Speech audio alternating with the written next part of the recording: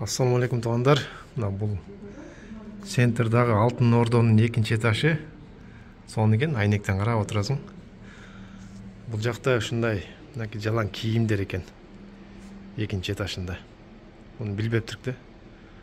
Ушул жакка келсеңиздер, кийимдердин бардык түрүн табасыздар.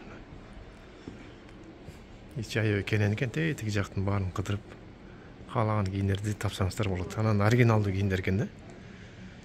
Бүт, шул бүт кийимдер. Женский, мужской бардыгы. Жана да бул жакта сумкалар бар экен.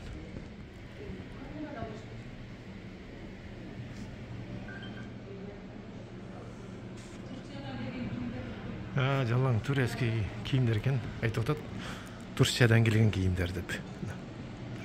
Калпактар. Жана дагы төшөктөрү.